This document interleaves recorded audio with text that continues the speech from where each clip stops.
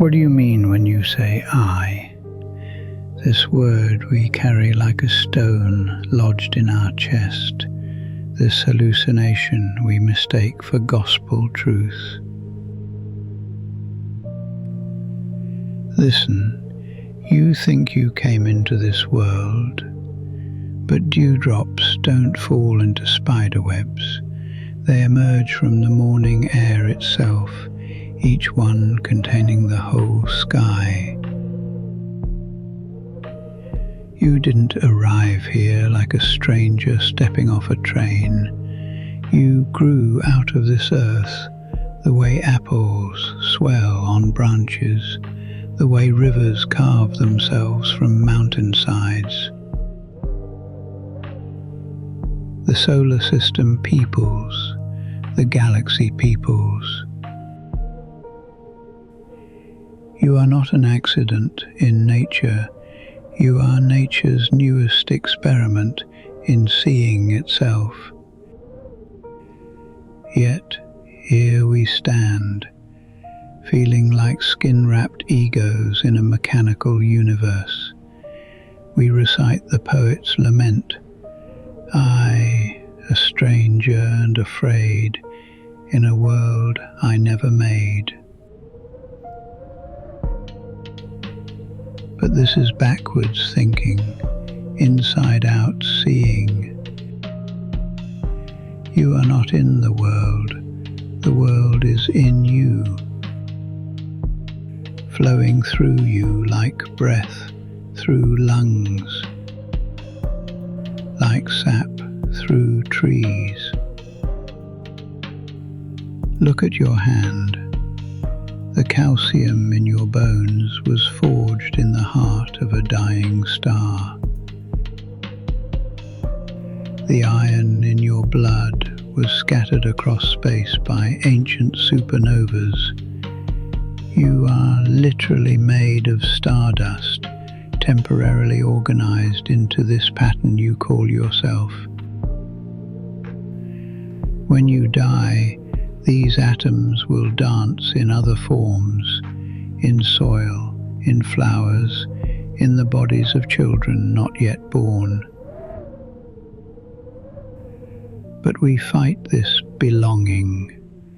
We try to scan infinity with flashlight beams of consciousness, reading the cosmos one line at a time, while it unfolds everywhere at once. Multidimensional, instantaneous, too quick for our filing cabinet minds. Think of education. We spend years scanning miles of printed lines, thinking this is wisdom, but the universe doesn't come at us in sentences. It arrives as a symphony of sensations, a multidimensional explosion of now. Every moment contains more information than all the libraries ever built, yet we're trained to process reality like accountants, one item at a time. A musician can handle perhaps 6 independent melodies simultaneously, using both hands, both feet. Beyond that, the mind fragments, loses the thread. But we're trying to understand processes involving millions of variables with this same linear scanning system. It's like trying to drink the ocean through a straw. So we use statistics, averages, predictions that work for large groups but tell us nothing about any specific moment. The insurance company knows when most people will die, but can't predict if you'll live to see tomorrow's sunset. We gamble with enormous forces using crude maps, then wonder why we feel overwhelmed, powerless, lost. And with this equipment, this brilliant but limited scanning consciousness, we propose to take control of our own evolution, to edit our genes, manage our minds, engineer our souls. It would be laughable if it weren't so dangerous. We fight ourselves, the unloving self trying to manufacture love, like a man pulling at his own bootstraps, falling backward into the mud. The angry person struggling to become peaceful. The afraid one grasping for courage. But who is this I that needs improving anyway? Feel your jaw clench when you concentrate. Notice how you furrow your brow when you try to pay attention. Watch what happens in your body when someone says, "Try harder." This chronic tension you call yourself, it's not you. It's the static on a radio, mistaking itself for the music. I remember watching a boy in school struggle to read. Every time he encountered a difficult word, he would grunt and groan as if lifting weights. The teacher praised his effort, gave him marks for trying, but all that muscular strain had nothing to do with understanding. He was pulling on his mental seatbelt while the airplane of learning was still on the ground. When your eye works perfectly, you don't see your eye. When your brain functions clearly, you don't think about thinking. Only broken things call attention to themselves. This knot of strain you've been carrying, this constant effort for presence, it's just interference. You are already breathing without trying. Your heart beats without instruction. Your hair grows, your wounds heal, your dreams unfold, all without conscious management. The wisdom that grows your body from a single cell, that orchestrates the dance of millions of neurons, that transforms food into thought and sunlight into life. This wisdom is not separate from you. It is you in the deepest sense. But we identify with our social roles instead. Johnny learns to act like Johnny. Mary learns to be Mary. Stay in character or people point fingers. That's not you. That's someone else. So we shrink ourselves into these narrow costumes, these predictable performances that make us easy to control. Your image of yourself contains no information about how you structure your nervous system. It knows nothing of your blood chemistry, the subtle influences of society, the unconscious assumptions of your culture. It doesn't include the basic illusions you take for granted, like the belief that time is real, that there's such a thing as a past. When you tell someone what you did yesterday, you give them a caricature, a stick figure sketch of an impossibly rich experience.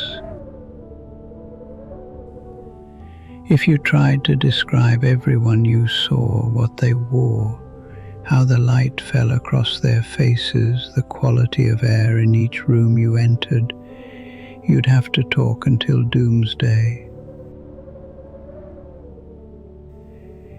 Instead you say, "I went to work, had some meetings, came home." An utterly impoverished account of what actually happened. So we live as bunches of animated skeletons, wondering why we feel so inadequate, always seeking some golden goodie in the future. We say something has no future when we should say it has no present. We're psychically starved, constantly looking, seeking. But what are we seeking? Ask someone to write 20 pages describing their idea of heaven, and you'll get a sorry production. Medieval artists knew this. Their paintings of hell are always more interesting than heaven. Hell is a sadomasochistic carnival full of creative torments. But heaven? Saints sitting around looking smug and demure, like they're still in church. The multitudes of the saved, drawn as rows of heads like cobblestones, flattened and identical. What if you can't do anything about it? What if all this seeking, this desperate trying to become enlightened, to become loving, to become awakened, what if it simply exhausted itself like a fire burning through all available fuel? Every spiritual tradition points toward this paradox. The Christians call mystical experience a gift of divine grace. Man cannot achieve it through effort alone. You cannot grasp what you already are. You cannot find what you've never lost.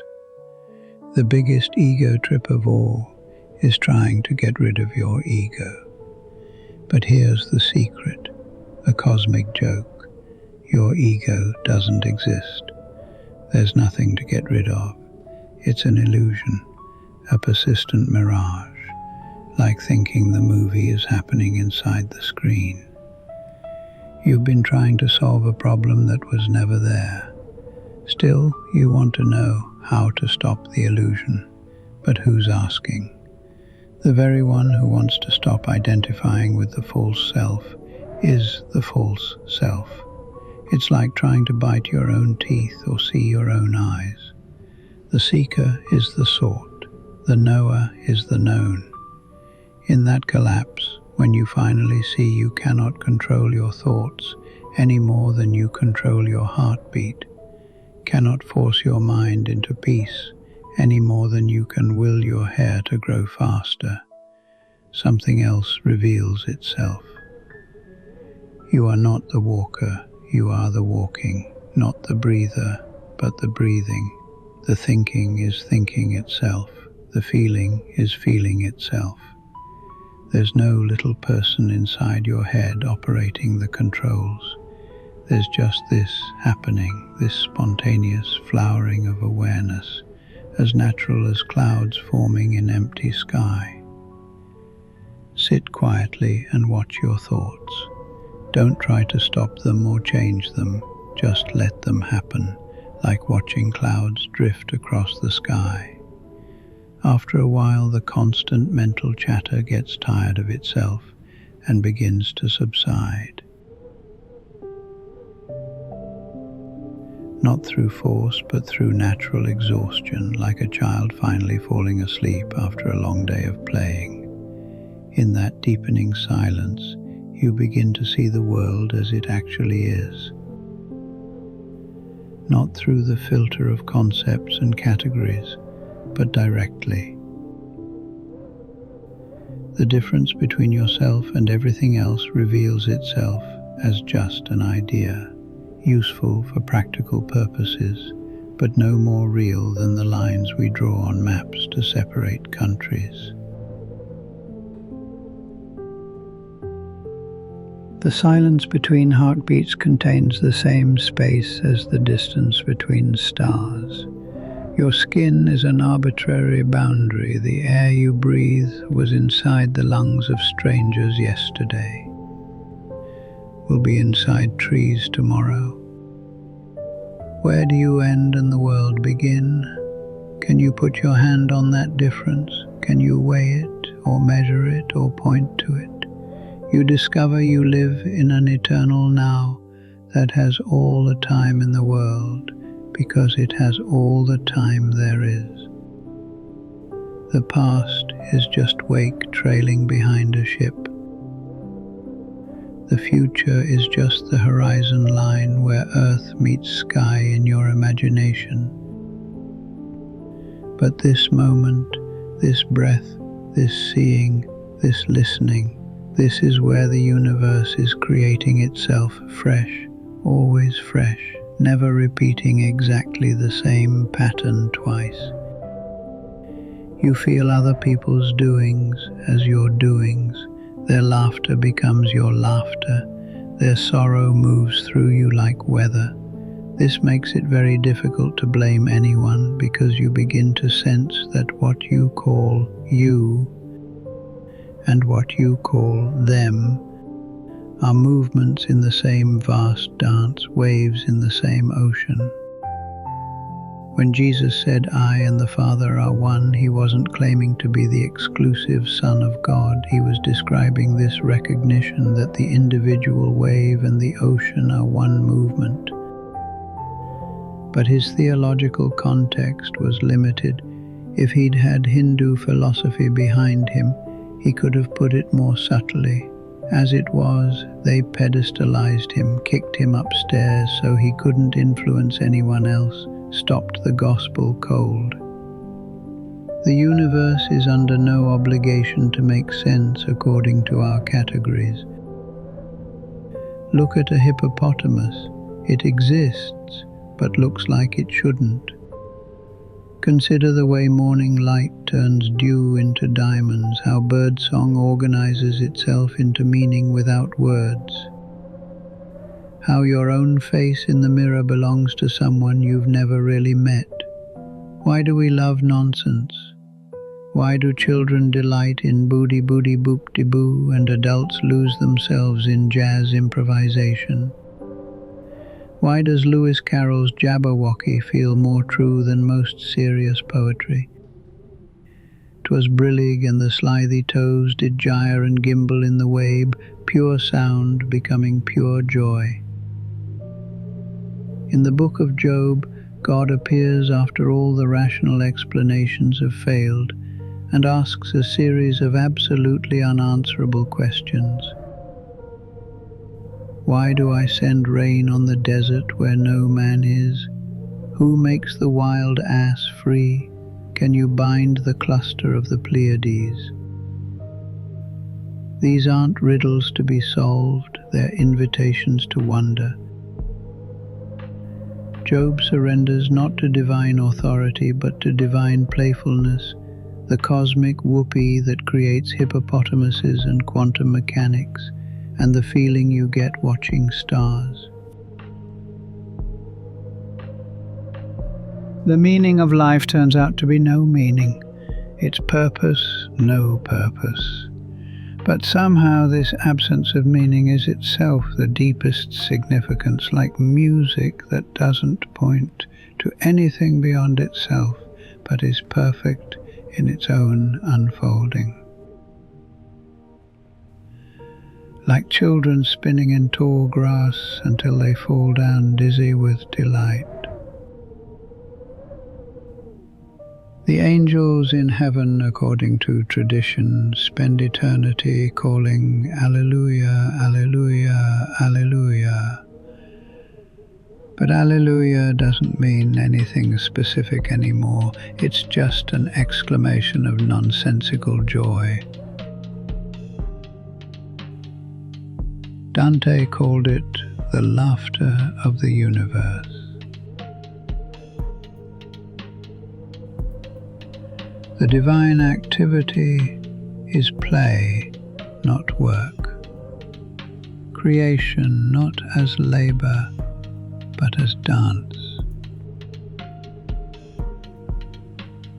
Rain falls on empty deserts where no one lives. Stars burn in darkness that no eye will ever see. Flowers bloom in hidden valleys. Waves form and dissolve on shores no foot has touched. The universe plays with itself for no other reason than the joy of playing, the way children make elaborate sand castles knowing the tide will wash them away.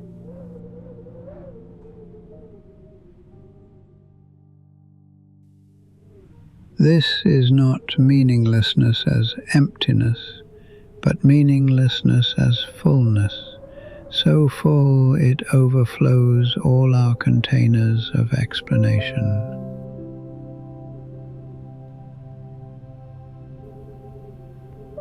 When you try to capture running water in your hands, it escapes through your fingers.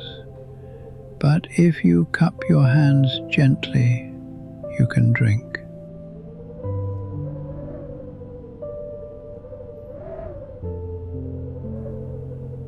You are both the player and the played, the song and the singing, the dance and the dancer.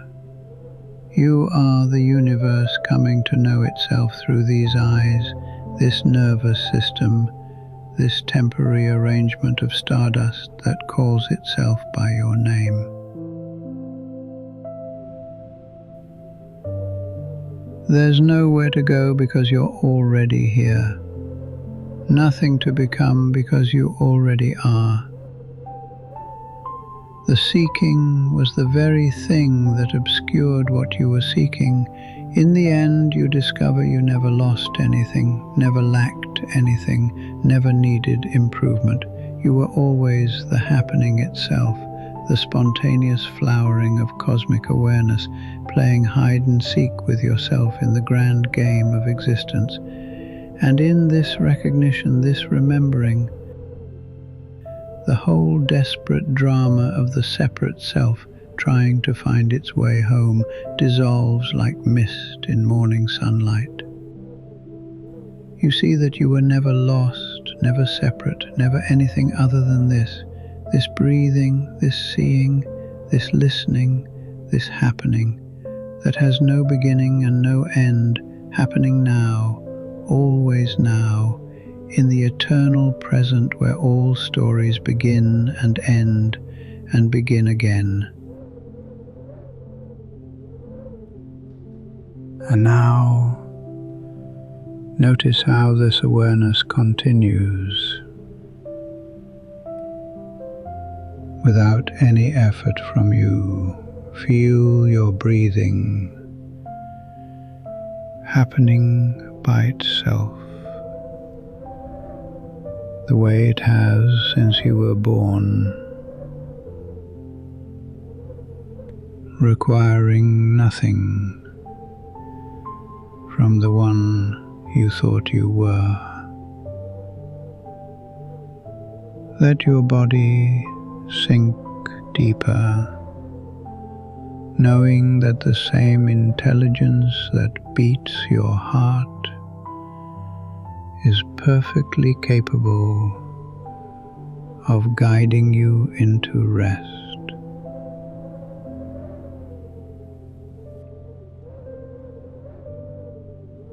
There's nothing you need to do, nothing to figure out, just this gentle settling. Your breath flows in and flows out like waves on a distant shore.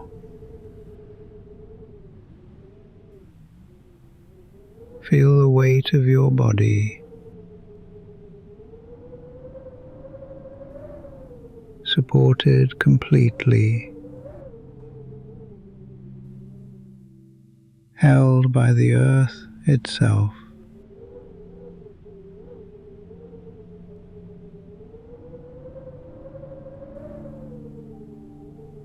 Any thoughts that arise, let them drift by like clouds. No need to follow them. No need to push them away.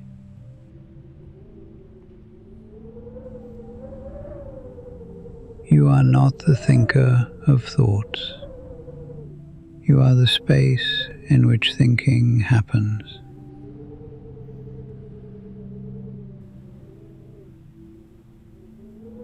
The same awareness that grows your fingernails, that heals your cuts while you sleep, is taking care of everything now.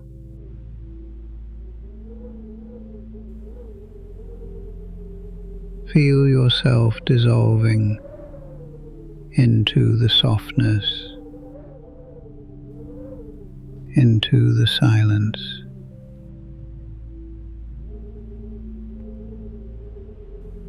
Like sugar dissolving in warm water,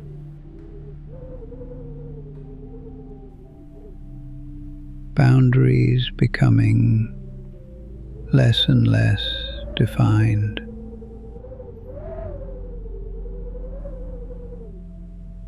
There's nowhere to go,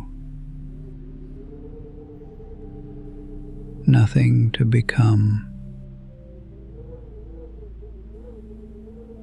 You are already what you are seeking.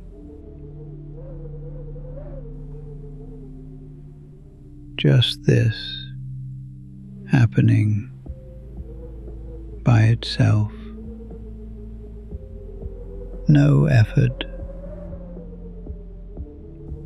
no control, just letting go.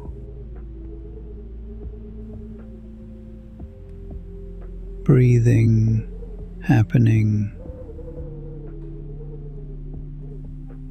consciousness settling,